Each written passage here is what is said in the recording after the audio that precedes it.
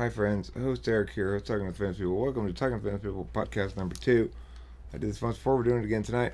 I'm in the room with Lightbulb, not host Mark, Jeremy, Cholo, Corey INTP, and the beast of the New Mexican East herself, Audra. I will be asking them periodically to chime in on these subjects as I go through and first overview it and then talk a little bit about it. So, first topic, Trump admin legal problems. A lot of people have very strong opinions about Donald Trump and his presidency. I have clear opinions about it, but not particularly strong ones. I'm not highly politicized at the moment. I've been politicized other times in my life. I don't anticipate being particularly politicized in terms of anything except the action that I plan to do, which is eventually run for president. So, when you're talking about Trump admin legal problems, he's got constitutionality issues and he's got Russia issues. The constitutionality issues are rampant, and those are a lot more challenging to deal with if you're trying to get Trump than the Russia issues as a means of negating his legitimacy. Now, I'm not necessarily saying that ought to happen. I'm leaning towards the notion that Trump ought to remain president through the duration of his presidency because it's an evil we know, so to speak, or at least a volatility we know, rather than one that is unknown, which is Mike Pence would be an unknown. We don't know how Mike Pence would govern at all, and it's not like I favor, in any sense, the status quo before Trump of bureaucrats executing bureaucracy with all this garbage that's been just totally normalized. Now, what Trump's doing is tipping over apple carts left and right, constitutional restraint being one of them, or constraint, in lots of different areas of presidential power. But this Russia probe is a different matter. It's a different matter entirely, because with the Russia probe, as a narrative, it sells very easy. He's a traitor. If he's a traitor, or if his administration colluded with Russia to influence U.S. elections, then in my mind there's traitoriness going on of some sort. Then it's going to be relatively easy to impeach him. So, again, I'm not advocating that he ought to be impeached, but I do want to talk about this Russia probe because it's significant in terms of its position of leverage. And one of the main reasons it's significant is because Mueller keeps questioning all these aides. He's interviewed like a dozen of them. Additionally, the congressional committees that are investigating this stuff, they interview him. And the problem for the Trump aides and the Trump administration in general is all those people then have to, in each of those conversations, be consistent. They have to tell the truth and be consistent. They have to be consistent not only with what they've said before, but they have to be consistent with facts and evidence. Or else they can be charged with making false statements and probably will be charged. This is federal. So, and it's federal in every sense of the word. It's a federal case. It's about interfering with a federal election, a nationwide election, and it involves a foreign nation. So it's as federal as things can get. And that means that if Mueller feels the need to pull leverage, apply leverage, he's going to have plenty of it to work with. So underestimate the Mueller probe at your peril if you're any member of the Trump administration. It is very difficult for that many people to keep their story straight, if they're not telling the truth, both with facts and with what other people say. Trump Jr. obviously had this issue with Twitter, where he Twitter direct messaged somebody in Putin's team or something. No, I know who it was. Was it WikiLeaks? Yeah, it was WikiLeaks. He communicated with WikiLeaks trying to get dirt on Clinton. Now, he'll probably go down for something, or at least take an immunity deal to testify against somebody. The real question is, will this reach all the way to Trump? And,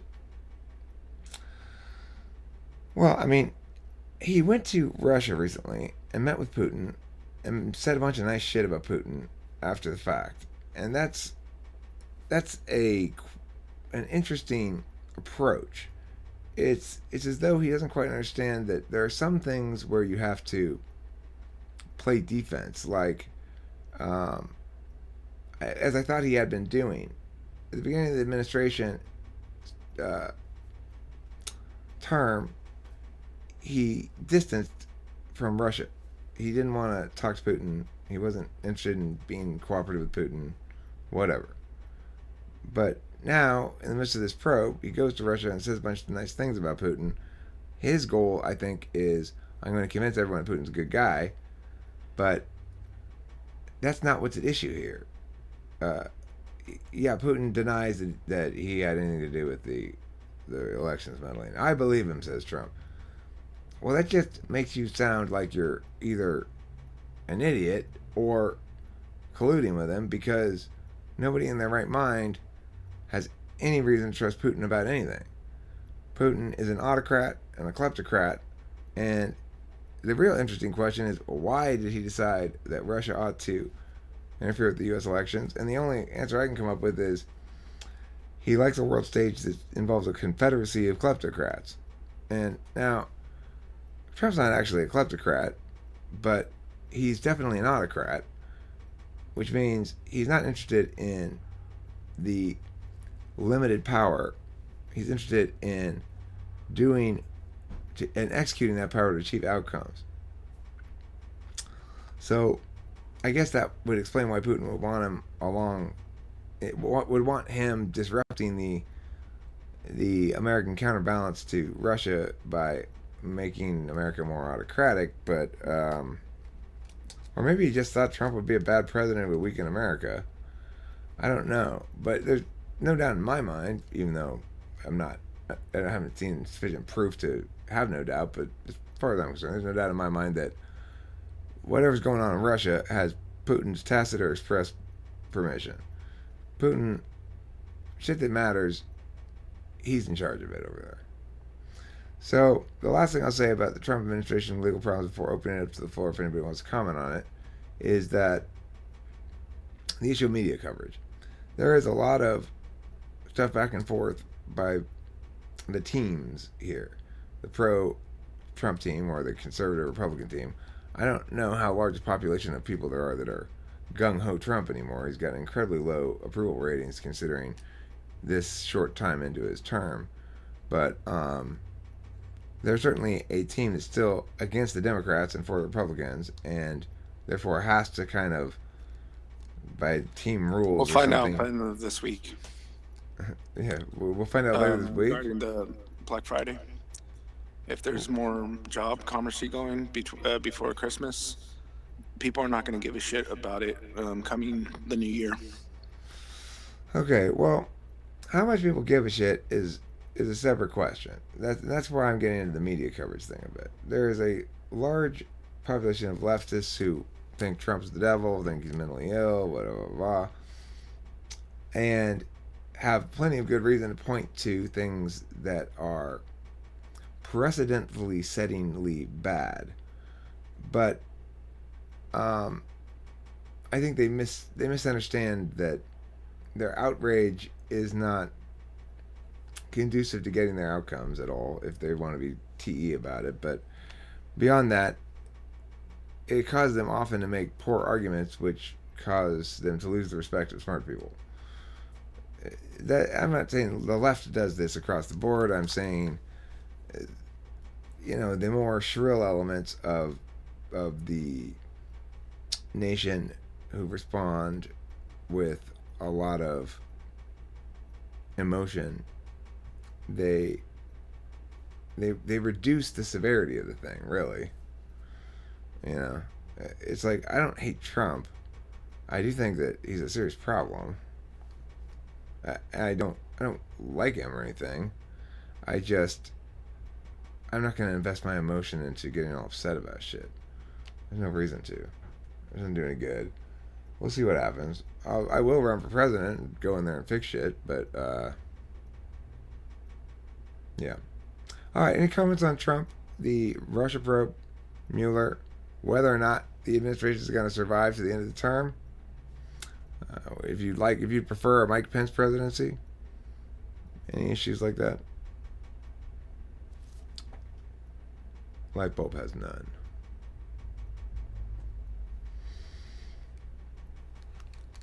Blessed is the lion that the human will eat, so that the lion becomes a human. And cursed is the human that the lion will eat, so that the lion will become a human.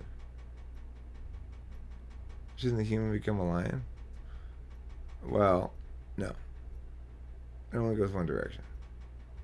It's like saying, shouldn't a bud become a rose? Shouldn't a rose become a bud? No.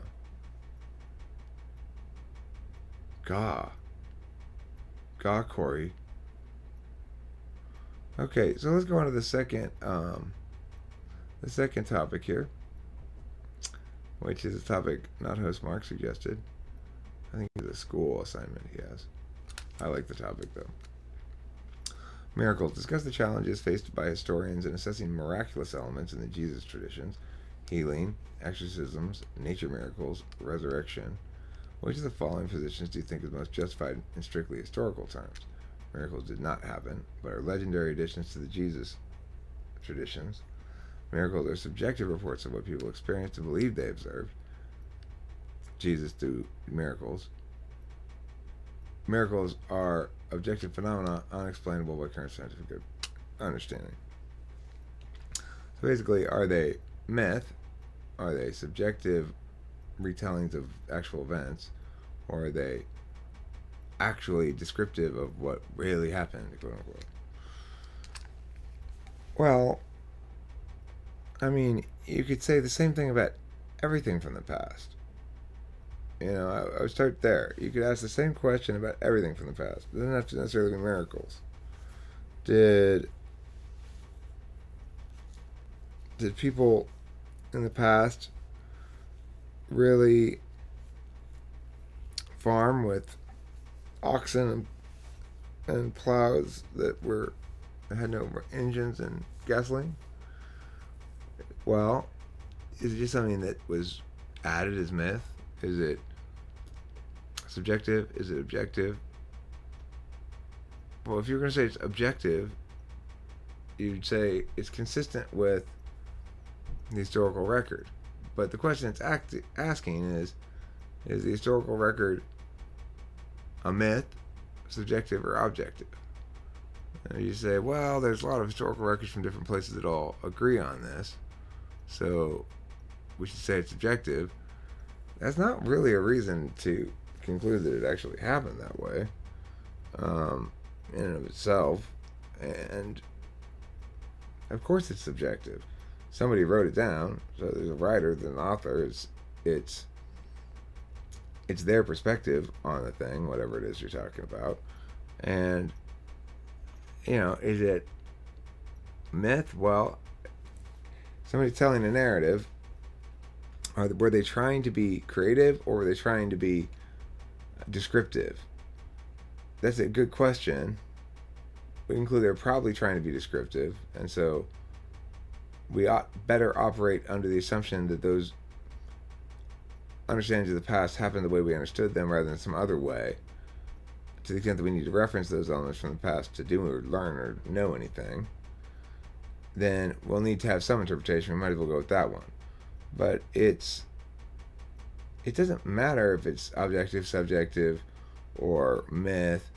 It only matters whether we deem it, whether we take it as an example of a description that employed the writer's best ability to describe, or a creative endeavor.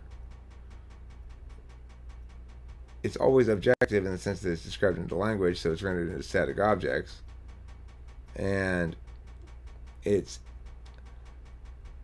attempt to exclude personal interest from the descriptive equation, I don't think it's something we can really render a clear decision on.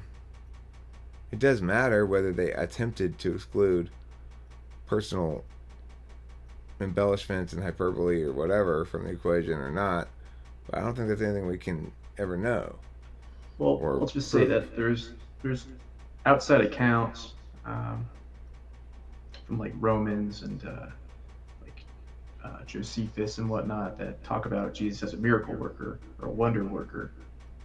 That's like one of the most well accounted things of Jesus as a person is that he's a miracle worker. Um, so I would just throw that out there. What do you think about that? Okay. Well, I mean, I'd buy the idea that the nice thing about things that are indeterminate like that, and about which we're very unlikely to get any new information that somehow compels people one way or the other to agree. Um, it's as objective as you deem it. You know, it's you afford it as much belief, I guess is the word, as you want, and as much as seems resonant with correctness as you understand it. So it's kind of a silly thing to stake out a position on. I mean, what we do know is that we can't talk to anybody who was there, that we weren't there, that we will never be able to go back there again, almost for sure, and witness it like as an observer. That the records are not nearly as detailed as a modern reader might like, and that's never going to change. And that the whole institution built around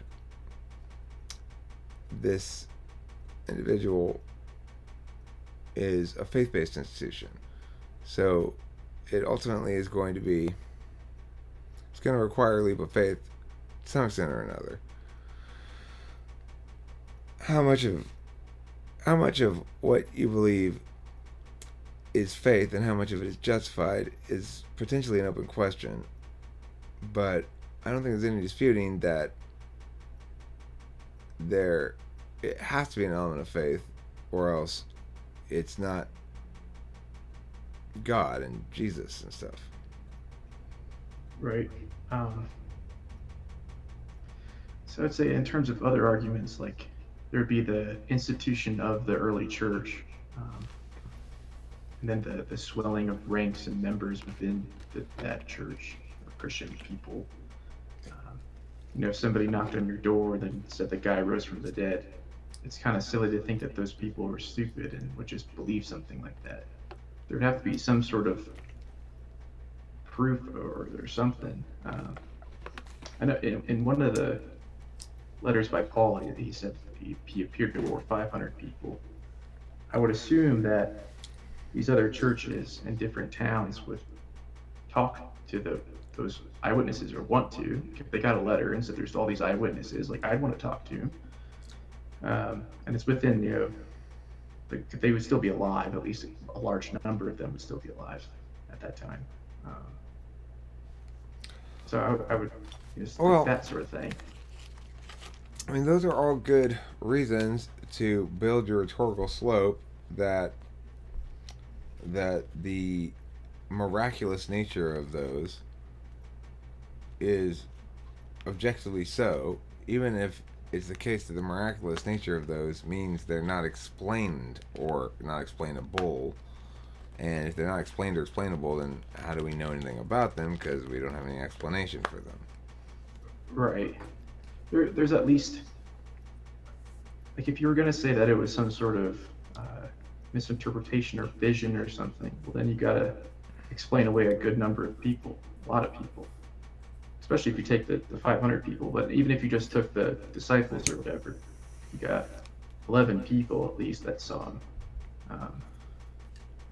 And it'd be kind of weird if they all had visions at different times and whatnot. Like, I don't know, maybe, but I think that's a little bit difficult to explain away.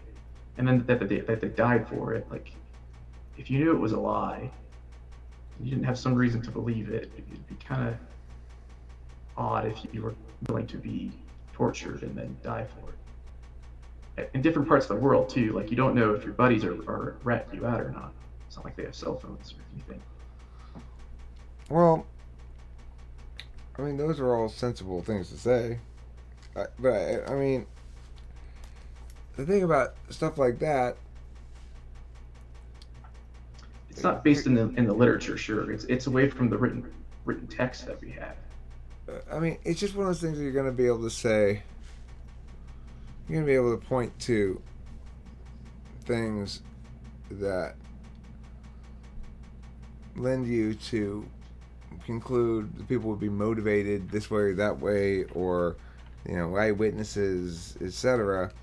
The fact is, without a working understanding of how something happened, we don't know how it happened. And Right. miracles, definitionally, we don't have a working understanding of how they happen. So no question is answered with ignorance. Yeah, I agree. What do you consider a miracle? Say again? What do you consider a miracle? Well, Right. like Well, one of the that's- most counted ones that has multiple attestations would be the feeding of the 5,000, or the resurrection itself is the big one. That he had, a few pieces of bread and fish, and then he fed 5,000 people with it. I mean, that could be. Maybe each only have one crumb. Yeah, maybe. Maybe. Or it could be symbolism for something. Like you could say that maybe it wasn't really a miracle. It was just some sort of food, as in the food of the mouth, or words. A metaphor, yeah. Or maybe he had a magic food multiplying spell. And that would be fine. If we want to say that is that possible interpretation, sure. And is it that? But the thing is, the problem isn't that there are possible interpretations, including a objectivist interpretation that says these are accurate descriptions of events that happened as described. Mm-hmm. There's these blah blah blah. It's a silly question to say which of these interpretations of these undecided questions from the long ago past do you stake out. Why would you stake out any of those positions? I agree. I totally agree with you. I mean, the thing is, there is magic in the world. In my mind, there's no doubt about it. There's magic in the world. There's shit that has no explanation under our conventional frameworks of how and why shit happens and randomness. And you could accuse me of a post hoc fallacy, maybe. More likely, you could accuse me of a ex post facto fallacy is the one I was looking for. You can accuse me of ex post facto fallacy, which says basically, there's no way I got royal flush right there when I needed it. My dead grandma must have been helping me or something. That's an ex post facto fallacy, where you draw conclusions about the supernaturalness of causes because of the unlikeliness of outcomes. But anyway, I guess I don't care if it's an ex post facto fallacy or not. There's magic all around us, all over the place. Magical shit happens all the time. You know what I found out today? You want to talk about some magic? I went over to get this futon from Colin Kimberly's son's house. He lives with his sort of brother. They're not actually related, but they were raised almost as though they were brothers. But Parker, his mom was Holly, Kim's former best friend, and obviously Colin's mom is Kim. So the thing is, Parker's mom didn't circumcise him, and now he's 20 years old. and we went over there today. He was recovering from circumcision surgery. Jeez. He was circumcised at age 20. And Wow. to me, that right there is the best reason to circumcise your kids. You don't want them to have to circumcise themselves at 20. That fucking suck ass. Yeah, I mean, there's health reasons for that too. Outside that, but It's the only kind of penis surgery that you could tolerably want to like talk about, you know, like whatever else if you have penis surgery, you're not in a good place mentally. But if all you're doing is getting circumcised, then well, I mean, it's pretty funny. We made lots of jokes about what we should do with the foreskin and stuff like that. But they wouldn't let him keep it. They wouldn't let him take it home. Huh. That's kind of weird. I would assume like it's your body part, you know, like And you it's a grew that bio thing. waste. It's a biohazard. Once you cut it off of you, it's not yours anymore. Huh. When you asked him to cut it off, now it's true that like just because I ask you to harvest my fruit doesn't mean you get to keep it all. But but in a hospital, they get to determine what counts as biohazardous waste. But yeah, but why did he do it? Like, is it religious reasons or? He didn't like it. No religious Mhm. reasons. He didn't like it, and I guess his girlfriend didn't like it, and I don't know. I wouldn't want that. Fucking get a new girlfriend then, dude. So- What the fuck, man? Wait, so Eric, what would you say about the resurrection? Like, I'd like to know your opinion on that, or if you were to Well- argue for it or against it, like what your arguments would be, if you were to take a position on it. If I were to argue for Christianity in general, the argument would be that we have a faith-based manifestation of a normative framework that changed the world from one of an inherently grasping norm, and inherently might makes right kind of a norm, Mhm. and a norm that says they didn't know how to respond to issues of injustice. And Christianity manifested humanity's first meaningful answer to the question. It said, turn the other cheek. I know they're wrong. Don't fight back at them. Choose to take the moral course and uphold virtue over your understandable urge for vengeance, while at the same time acknowledging that some retributive justice is implicit in the human experience.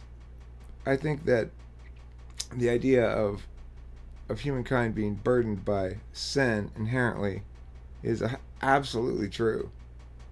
We're all sinners, myself no less than anybody else, in the sense that we allow our fears, insecurities, etc., to drive us to make poor decisions, and sometimes we're fully aware that we're doing what we're doing, and sometimes we're trying to lie to ourselves, and in all those issues, there's always a right and wrong conclusion at the end as to whether what you did was moral or immoral or whatever. Where are you going, baby? Oh, you're closing the door. And there was no means prior to Christianity to really meaningfully address that. I think what Christianity provides is our human narrative of sacrifice, redemption, acknowledgement of the weight of sin and the need to have for penance and regret and an attempt to be better in the future is the absolute first precondition for living a worthwhile human existence. So on those grounds, I would say Christianity, having filled that role that theretofore had not been filled, marked some sort of dramatic state change for humanity. Now, have Christians been very good about actually being Christian, Christ-like in any sense? Fuck no. But that's not the point. They've been better than they were prior, in the sense that at least there was something to reference. Even in the Dark Ages and such, while their behavior wasn't consistent at all with the Bible, at least they had something to reference to say that some things are wrong. And here's why, and it's a definitive answer. Now, regarding the resurrection, for example, well, I think it's necessary to say that, I mean, God, to be meaningful, needs to be linked to humanity in a meaningful way. And what more powerful narrative is there than the notion of God manifesting a human son whom he allows the regular mortals to kill, and instead of punishing them for his death, he allows all of humankind to be redeemed via that injustice. I mean, it's an incredibly powerful story. So, and of course, what's necessary in the final manifestation of it is that Christ himself be beneficiary as well as provider of grace. And the notion that we only can reach God through Christ is a notion that we can only reach God through acknowledgement of grace as a driving moral imperative. And grace being not wholly well defined, but forgiving those who trespass against us as please forgive me for trespassing against others as I would have them forgive me to trespass against me. I forget the part of that prayer. But like that trespassing notion, right? The trespassing notion is an acknowledgement of the legitimacy of individual human beings amongst themselves. It's a rejection of hierarchy. It's a rejection of notion that some people have royal blood and some people have regular blood. Yeah. So there's lots of reasons to embrace it, and that Christ be resurrected, of course, is the necessary thing to complete the narrative package. I don't think any other religion or faith tradition has anything like that that's worth even considering, really, as a meta narrative to embrace. Did it all actually happen? Was there actually a guy named Jesus? Did he actually die? Or who the fuck knows? Nobody knows that shit. I don't know. I mean, who cares? It doesn't matter. I don't quite understand why people are so obsessed about like finding historical evidence of Jesus and him actually existing, and like it doesn't mean anything to say, okay, now I know he actually existed, whereas before I just hoped he actually existed. There's no way to transition between those two states based on evidence. You can only just say I embrace it more fully because I'm choosing to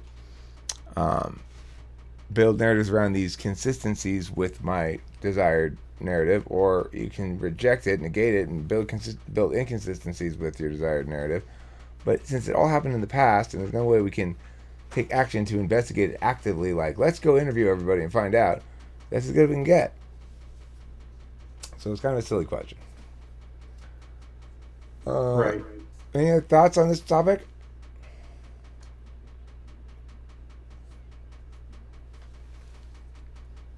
So what about, believe in miracles? I can't be certain that I woke up this morning. I guess I have more proof, obviously, in some ways at least. Like I don't have multiple attestation, I guess. Like, there's no people outside of me that told me I woke up this morning. It's just my memory. So in that sense, it's just me. So maybe it's less likely or something. Okay, but Uh, the question is, why do you want to affirm those statements? Are you saying that if I don't think he was historical, that I shouldn't believe in him? Or that I can't believe in him if I don't think he's historical? Or that if I'm convinced he is historical, then I will start to believe in him? Or do you think any of those things? um, I think the concept can exist apart from the physical reality or non-reality thereof. Like I think that's right. I think that if I were to try to conceive of what the ultimate sacrifice would be for the future, like I would first say like, well, I could kill myself and that'd be a big deal. I could kill my child and that'd be a big deal. And if I could even conceive of something bigger than that, which would be God killing himself and killing his son at the same time in one moment, uh, would be a bigger sacrifice. And I think that And the super physical emo. notion would the physical notion I think would make it an even bigger sacrifice. All right, well, we both agree that Jesus isn't biologically existent right now, right? Um, After all, he died and went into heaven. That means he's not walking around anymore. I don't know. I don't know if the metaphysical plane might have metaphysical matter, because but that gets into something different. Like I would say that the thought of matter has to precede matter itself, and so there might be some sort of metaphysical matter dimension or something. Like, I don't know. I think they just supervene on each other. I don't think that one precedes the other. It's a chicken and egg thing. but, um, but I mean, the point is, you're asking me if I literally believe in the resurrection, which means Jesus died, then he got up in his regular body, I guess, and then flew into heaven or something, right? It would be like his body redeemed. Like it'd be a better version of his body, I guess. That's what you'd say. Did he float up into heaven, or did he just walk off into the distance and nobody ever saw him again? Yeah, I guess he just like went up to heaven. He ascended, dude. The ascension's like a big deal. So he flew up into the sky, right? Yeah, he floated up Yeah, into the sky. Okay, all right. Yeah, Well, He entered a portal. yeah, right. There's maybe a portal. volcano A erupted portal gun. underneath them. Portal gun. Just shot it. Have you Off the- considered that possibility? It was a What's that? very localized volcanic eruption, and his body shot out the top of the tomb and flew up into the sky. And everyone said, "Wow, he's alive," but he was really just being carried away on a stream of lava. It's possible, I suppose.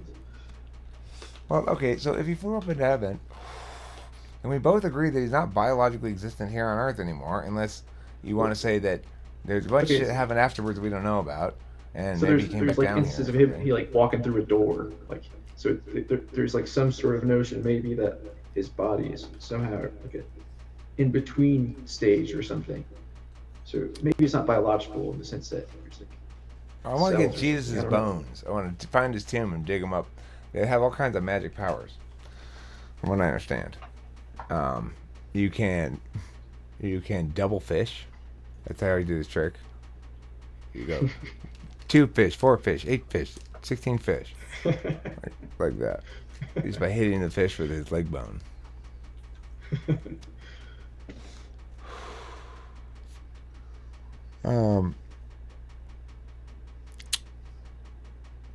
Yeah, so in my mind, if you want to ask questions like, well, do you believe that literally happened? Then literally happened means then his body's no longer here.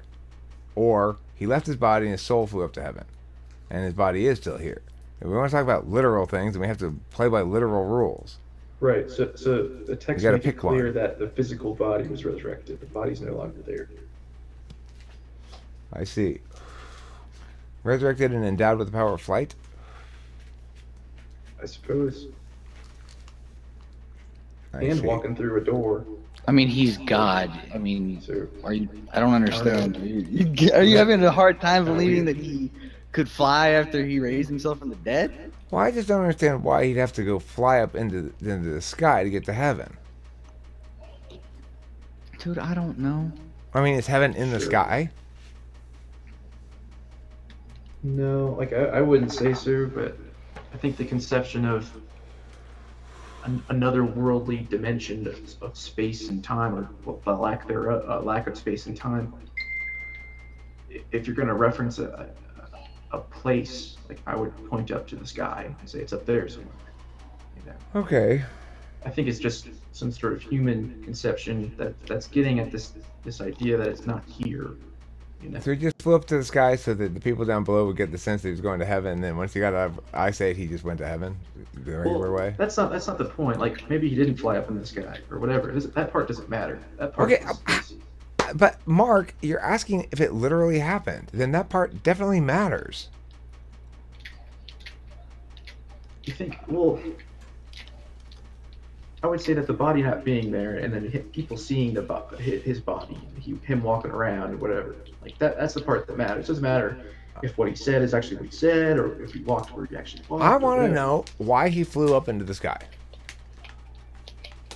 Yeah, I don't know.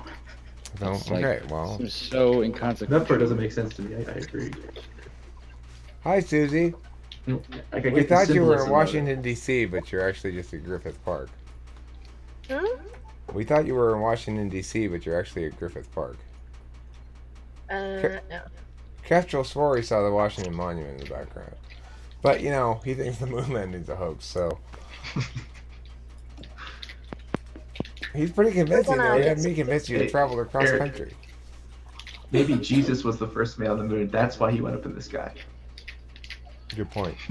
We're some food and then we're coming over, Eric. Okay, cool. We finally figured it out. After Jesus died and was resurrected, the reason he flew up into the sky was to set up the moon landing hoax. They actually did the moon landing hoax on the moon.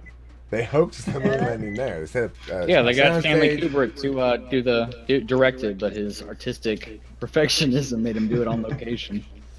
Yeah, they set up a soundstage. They set up fake moon on the moon, and pumped in some air, and that's why it's so confusing. That's why there's so much contradictory evidence. They did fake it, but they faked it on the moon. I see. Fucking Inception of this bitch. Yeah, well, it's because Jesus set it up in advance. He went up there and put up the soundstage and shit after the resurrection. That's why he flew up into the sky. What a pal. Yeah, he's an American. Jesus was an American long Yeah. before there was America. Jesus was He wasn't a big fan of the American. races. I could honestly, there's somebody out there that does believe that. Well, there's definitely Law somebody of out there who averages. believes that Jews are the spawn of Cain and Satan and I don't know. Yeah. There's all kinds of stuff like the Native Americans and Do you not? Africans and stuff like that. Well, no, I don't think so. I think that the Jews came after a really long night of partying in the land of Nod. And they said, "Oy vey, you guys look like you could use some bagels." And that's where the That's Jews came racist from. as shit. That's Hey, fucked it's up. not racist. That's where the Jews came from, Ace. Look it up. Jesus. This guy over here, oy vey. Come on, dude. Or that's what they say. Look that up, too. Be a good goyim. Be a good goyim. They have fancy Jew words like that. I have nothing. I don't have anything against Jewish people at all. I don't even think of it as a race or anything. I don't even think of it as a religion, really. It's just sort of like people who go to temple and get circumcised. I think it is actually a race, though. It's considered one. And a religion. I guess some sort of rules about pork, like you can only eat it for breakfast or something. I don't think they can eat it at all. Ace, everybody has to eat bacon and sausage at least. See? I thought so too for a long time. It's actually not true. I don't think people can survive without bacon and sausage. They do. Believe it or not. It took me a lot of convincing as well. But, Well, if you didn't believe in miracles before, believe in them now, brother or sister, because we just heard a truth that shocks the mind and appalls the conscience. Jews don't eat bacon and sausage. disgusting. Sons of Satan. Daughters of swine. I mean, I don't dislike you at all, Jews, actually. I'll be a Jew if you want. Okay, I'm a Jew now. Give me some yarmulkes. Jesus Christ, this man, this man